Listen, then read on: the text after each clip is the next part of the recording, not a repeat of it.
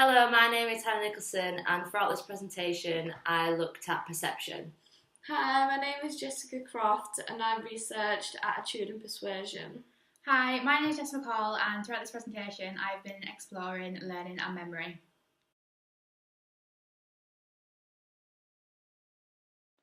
Welcome to our Consumer Insights presentation featuring Nike. Firstly, we would like to look at some of the key events that have taken place throughout the years since Nike was established. In 1971, Jeff Johnson established the company name Nike, originating from Greek mythology, meaning victory. In the same year, the iconic swoosh logo was developed by an American student, purchased by Nike for just $35.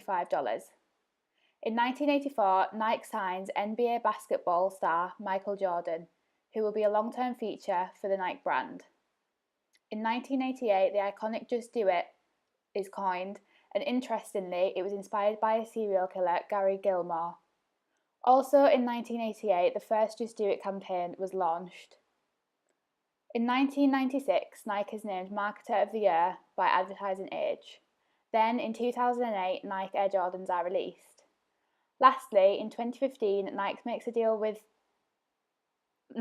deal to become apparel supplier of the National Basketball Association in 2017. Nike's marketing strategy has always been to engage the audiences through the use of connection between consumers and the brand, and the way they have incorporated this is by the use of fun ads, which people are talking about through the use of word of mouth and engaging in communities. Also, by keeping up with trends, this was shown through the use of Nike combined with the use of the Apple iPod. Piacenti 2015 states an attitude is made up of what you think, what you feel, and what you do. Stephen Brown describes the concept of attitude as a central position in both social psychology and consumer behavior studies. He also suggests that attitudes form an important part of consumer theory and marketing practice because they are felt to be the crucial link between what consumers think about products and what they buy in the marketplace. The ABC model includes three components of attitude in the marketing sector. According to R. Davidson 2002, the first component of the model is known as affective, which consists of positive and negative feelings associated with the attitude object. The second component is behavioral, which is made up of response tendencies and overt actions related to the attitude object. Finally, cognitive component comprises beliefs about the perceptions of the attitude object. An example of this can be buying running shoes. The ABC represents attitude in the marketing sector, but using this model can have its disadvantages, as it does not tell us how these elements come together and can be difficult for marketers to influence attitude using this approach, as it can be hard to see how important one is in relation to the other, according to Piacenti.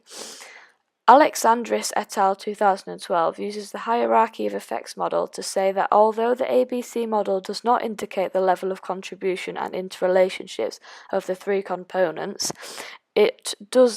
but the model then does have its advantages, as it represents a sequence of steps that arise when consumers form attitudes.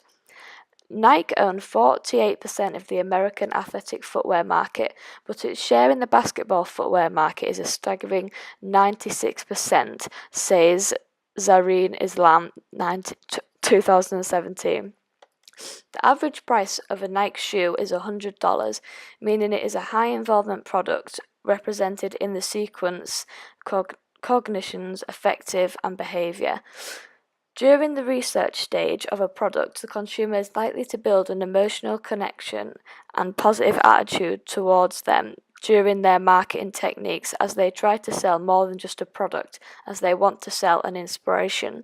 They very rarely have their adverts solely focused on their products, as they usually focus on emotional branding to evoke specific feelings and needs in the customer that only can be satisfied by their products. For example, their Find Your Greatness campaign.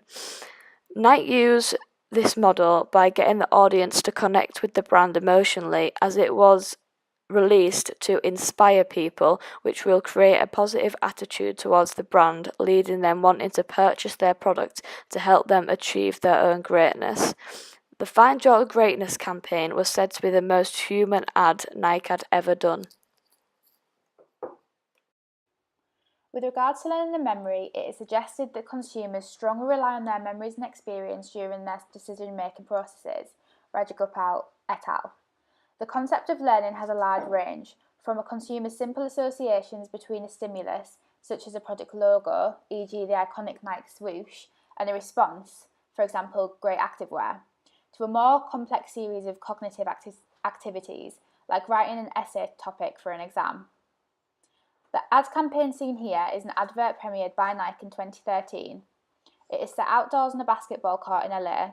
It sees a group of guys playing basketball when they require an extra player. A small boy wearing Air Jordans puts himself forward to join. The group seem unsure of his ability and thus are hesitant to allow him to play. They invite him onto the court, and it is soon evident that the boy is talented at the sport, also while wearing the basketball trainers.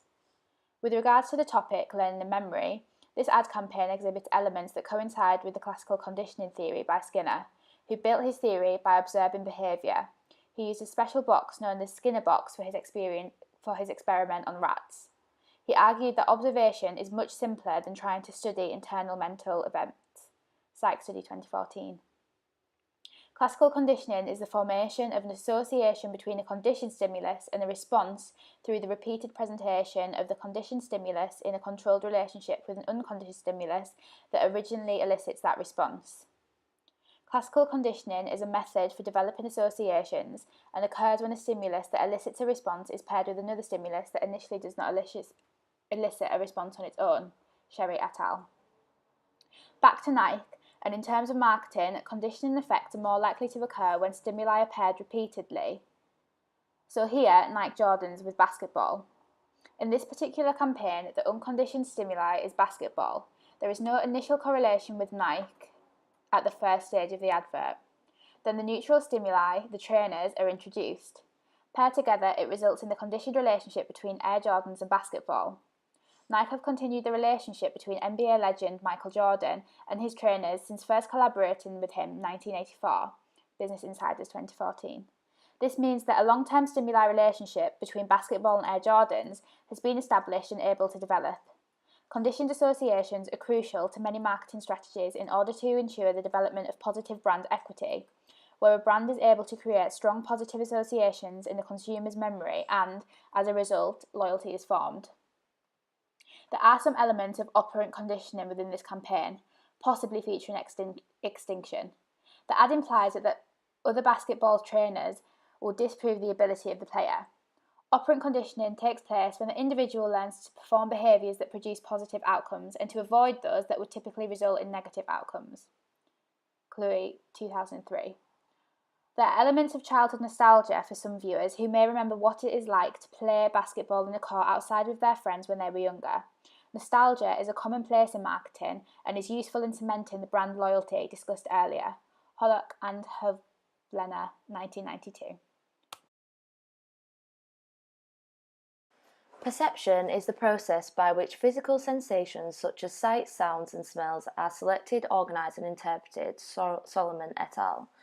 As human observers, we are able to describe our subjective experience. I see the sky as blue, I see my desk as having a particular size and shape, and I feel a texture on my sweater. Brian Rogers. In a way that we interpret these things are by our five main senses. We adapt different smells or different sights for our individual experiences. For instance, some people who walk past a coffee shop may enjoy the smell of coffee, whereas people may want to avoid this. This is created through our perception of the stimuli through the perceptual process. Nike and perception.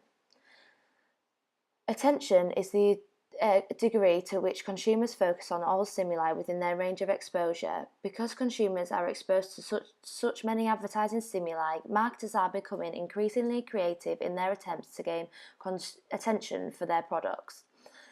Solomon et al. To gain consumers' attention in a cluttered environment, companies have to think of novel, different and relevant ways to get noticed.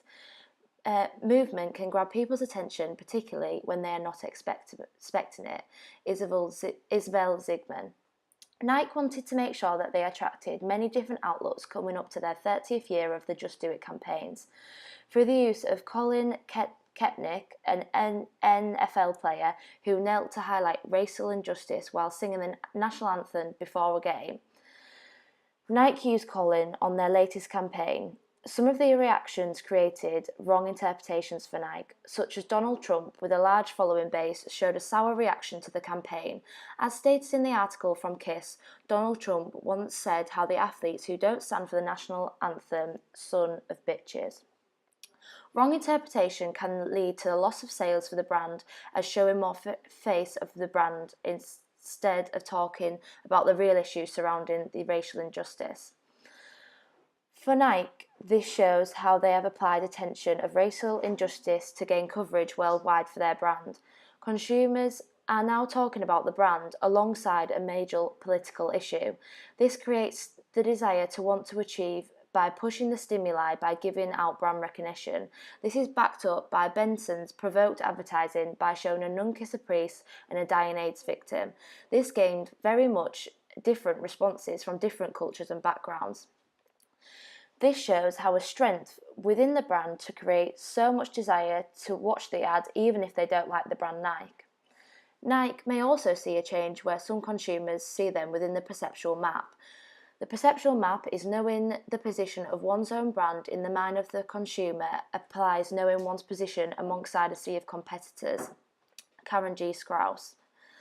This as consumers may think highly of Nike as a brand with athletics and performance. This may have an effect on what consumers believe within their own thoughts of Nike with the controversy of the ad. Although, according to the article from Sarah Vizard on Marketing Week, word-of-mouth sources were up from 9% to 17% within the week. M. Hartline stated that Adidas's media campaigns were designed to follow 3 steps: impact, involvement, and activation. According to D. Timothy, Nike's annual sales are approximately 14 billion worldwide annually, and Adidas generated about 8 billion sales annually. Adidas have also used adverts to get their audience to feel emotion, which creates a positive attitude with the brand from their Break Free campaign, which uses a similar technique to Nike. There is a difference in their technique, as Nike tend not to feature their products in their high immersion adverts, whereas Adidas have their products featured a lot more. One of Nike's main competitors is Adidas. From the graph reporting the 2018 figures, you can see how Nike throughout 2018 still has the majority of sales. As Nike still managed to rise above the competitors, Adidas also had a very controversial ad with using Kendall Jenner when branding her a classic icon back in August 9th. A report from The Insider stated many people were disappointed that the sportswear brand used a reality star and model instead of an athlete for its original Is Never Finished campaign. This shows how the competition through both Nike and Adidas have used shock to grab the attention from audiences from what they perceive. To finalise, Nike have shown evidence of use of the topic learning and memory through the use of classical conditioning and operant conditioning. From this, we can identify that it has positive outcomes for the company, thus is a useful tool to use within Nike's marketing campaigns.